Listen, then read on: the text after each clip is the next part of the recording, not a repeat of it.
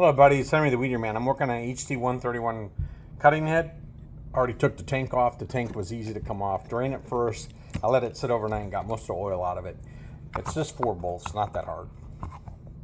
Take the 4 screws out. They're T27 Torx. Take it out. Take the cover off. Have yourself a rag so you can, in case you got any residual oil, which you always have.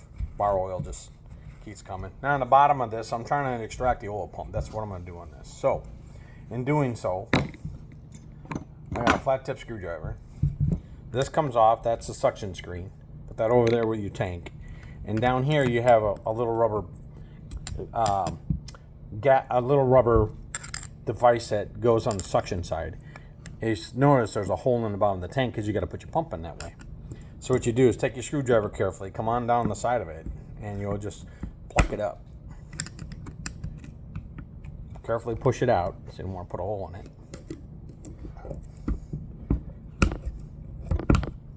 Come on.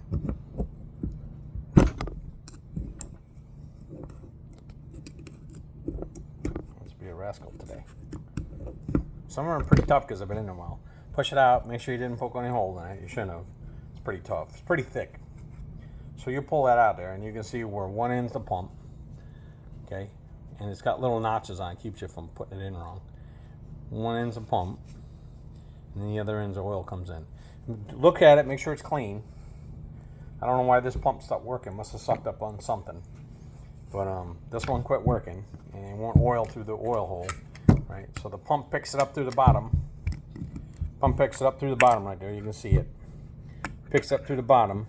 There's a slot groove into it. It allows it to pull it up through the casing. Through that rubber seals around it. Now, if I put this new pump in it and this rubber is not sealing on it right, that could be my culprit. And it looks like I might be cracked. So I might have to replace it. So if I put this new pump in and it still doesn't work, then I know what's going on. So, all right, there's the new pump, the old one. Let's talk about that. So, if you can't get it out by pulling out with a bolt because somebody might have damaged it, you can smack it on the top. If you smack it on the top, you'll drive this pin down, and inside here is a case pin, and what will happen is it won't want to turn. It'll freeze up. This one here I had to smack out because it didn't want to come out because somebody messed it up the threads. So when I did that, it messed up the pump. There's that, snap that pin right there. So on the bottom, it's solid. So the screw goes in the bottom so you can push and pull and bang on it.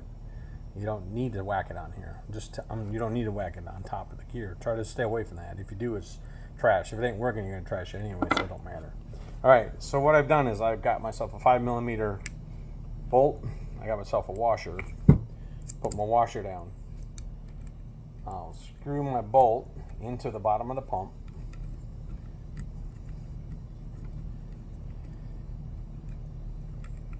And I got a couple of these. I bought several packages just because putting them back in, sometimes you'll damage them because you will have to smack it. All right, so I got my bolt in there. I got my wing nut. I use a wing nut because then I can tighten the wing nut much easier.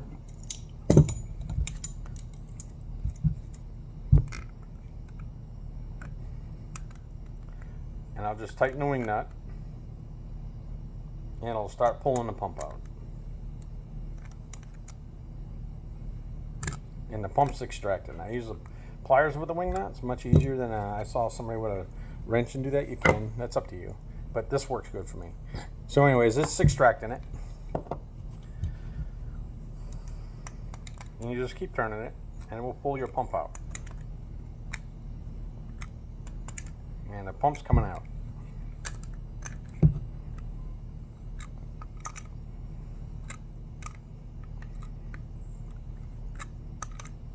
And just keep turning.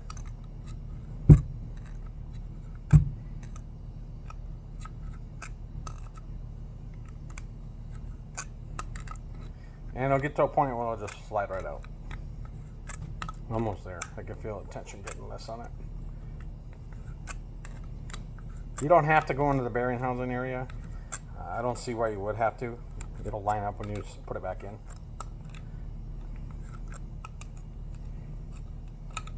Almost there. Trying to have my hands. Not quite. That's why I use the pliers.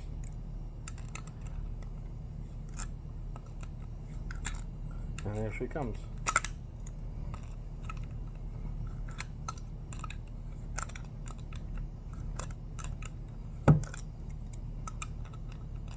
And she's fully out. And if you look at where the pump oil hole is, it's facing this way. The pump suction should face that way.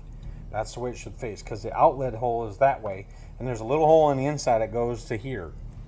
So inside this casing, there's a hole drill to come up here, oil, and the oil comes out here. Okay, so the suction goes that way, the discharge goes that way. So put the suction towards the shaft, the power shaft. That's all you got to remember.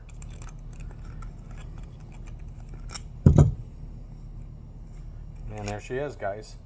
Came right out, and there's a little bit of grease on it, which is a good sign. So let's look at this. Well, I think I found the reason why it ain't oiling. Looks like somebody might have put it in backwards, or it might have turned on us. So that's a key point. That's a key point. You got to make sure that groove, that suction groove, when you're doing this, that's the power shaft, that the suction groove is facing the power shaft. And the reason is, it's the pickup.